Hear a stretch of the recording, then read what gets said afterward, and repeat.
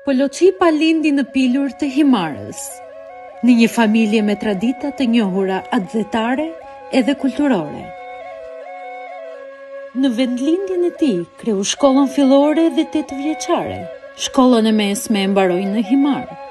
Mbas shkollës së mesme konkuroi për degën e artit dramaturgji, ku e fitoi atë, po për arsye biografike kjo dëshirë nuk ju plotësua. Që në moshë të vogël ai debutoi me grupin e famshëm folklorik të Pilurit, në ndrejtimin mjeshtëror të famshmit Lefter Qipa, nderi kombit, duke u shquar për talentin e tij të veçantë.